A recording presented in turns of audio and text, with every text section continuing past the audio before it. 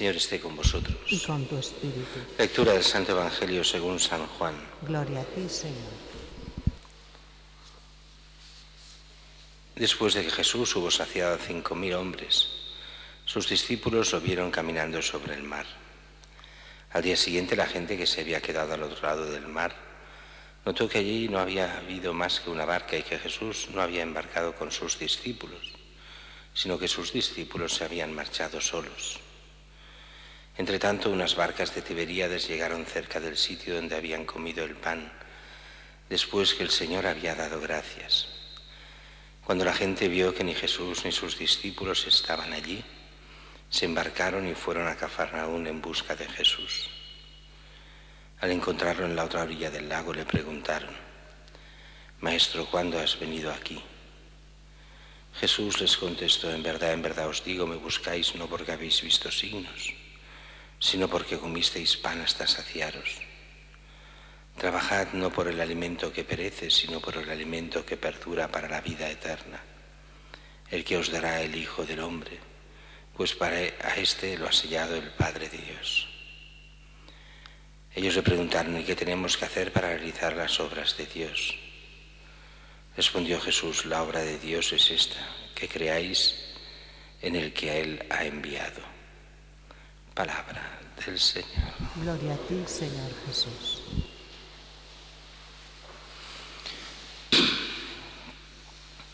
El Evangelio de hoy, después de la multiplicación de los panes y los peces, pues mucha gente va a ver a Jesús solo por los milagros. Hay una mezcla de curiosidad, una mezcla de aprovecharse. Jesús hace milagros, cura enfermos, multiplica el pan y los peces.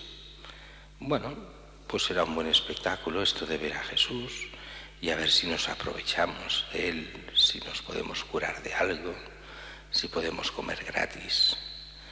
Y Jesús, que se ha ido, la gente lo va a buscar, y así lo dice: en verdad os digo, me buscáis no porque habéis visto signos, sino porque comisteis pan hasta saciaros. Alguno aquí podría llevar a un pequeño error, en el sentido de decir: no porque habéis visto signos, los signos son los milagros. Entonces sí, también eran por los milagros, pero lo que no habían visto es los signos. Cada milagro significa una cosa, y los milagros significan la presencia de Dios en Cristo, representan la mesianidad de Jesús. No venís porque soy el Mesías, sino venís solo por la curiosidad, por el saciaros, por el aprovecharse de alguna forma de Cristo. Esto, por desgracia, continúa también de generación en generación. Cuánta gente muchas veces en la Iglesia ha ido para aprovecharse en muchas formas. Algunos para aprovecharse simplemente a nivel económico, otros para aprovecharse a nivel de tener, cuando estaba de moda el ser cristiano, pues tener una apariencia. En otros casos simplemente pues para no condenarse, pero no queriendo ser santos, o sea, aprovecharse simplemente de la Iglesia para no condenarse, pero con los mínimos, no siguiendo la voluntad en el fondo de Dios, sino buscando solo el propio beneficio. Y el salto que Dios quiere es que busquemos realmente la voluntad de Dios. Lo dice hoy: trabajando por el alimento, no por el alimento que perece, sino por el que perdura para la vida eterna.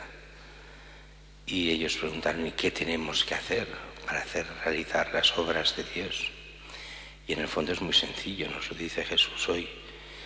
Esta es la obra de Dios, que creáis en el que ha enviado, en el que Él ha enviado. O sea, que creamos en Cristo y a Cristo, que lo conozcamos, que aprendamos qué es lo que quiere de nosotros, que conozcamos bien el Evangelio, conozcamos bien la voluntad de Dios que se nos da en su Hijo, en Jesucristo, y que siguiéndolo, llamándolo, lleguemos a la vida eterna. Por otra parte, hoy la primera lectura, junto con mañana, nos explicará toda esta historia del diácono Esteban, del protomártir Esteban. Y es esta también apuesta que hace Esteban realmente por la predicación. Los diáconos no se dedicaban solo a repartir comida, sino que eran encargados de la predicación, como puede hacer cualquier laico, pero ellos como cosa propia. Y ante la predicación salen los problemas, y en el mundo judío un problema siempre grave, que era el de la calumnia. La mejor forma de atacar al contrario es calumniándolo. Jesús de esto nos habla muchas veces en el Evangelio. Incluso dirá que aquel que llame renegado a su hermano merece la pena del infierno, porque era la calumnia, esta calumnia que hace que diga que tú no eres de la comunidad, tú mientes, tú falseas, tú no eres de los nuestros, tú eres un hereje. Eso, dice Jesús, esa calumnia lleva al infierno directamente. Ya no ni ser juzgado ni por... No, es el peor de los pecados. Y el judío era muy especialista, no todos como es lógico, en como defensa para uno mismo y como ataque a los demás, calumniar a la gente. Cuando algo no le gustaba de alguien, pues se calumniaba fácilmente. Eso que era propio de muchos judíos también pasa en nuestros ambientes. Hemos de ir con mucho cuidado con la calumnia, con el ir diciendo cosas de los demás que no son verdad, pero con que los demás las dicen, pues no nos preocupa si son verdad o no, también nosotros las decimos. Y la calumnia es muy grave. Una cosa es la calumnia, como es lógico, y otra es la verdad. La verdad a veces es más complicado cuando ciertas verdades llevan a difamación o no, pero a veces se ha hecho un poco demasiado sobre la difamación, porque hay gente que no le gusta para nada que difamen. Difamar quiere decir que se sepa la verdad de tus actos. Hay veces que uno tiene derecho a la fama cuando su forma de actuar es recta, pero cuando es un desgraciado, cuando se aprovecha de los demás, no tiene derecho a la buena fama. Y decir la verdad muchas veces es un acto de caridad hacia los demás para que no caigan en sus garras, para que no se aprovechen de los demás esta gentuza. Por eso una cosa es el decir la verdad sobre algunos y otro es apoyar las mentiras y la difamación, y que entonces es un pecado y de los graves. Lo hacen así con Esteban y por eso lo matan, por ese pecado de calumnia, aunque en el fondo lo matan por ser testigo de Cristo, por anunciar a Cristo, por serle fiel, y será así el primero de los mártires, el protomártir después de Cristo, el primero en morir por Cristo y con Cristo después de su pasión, muerte y resurrección.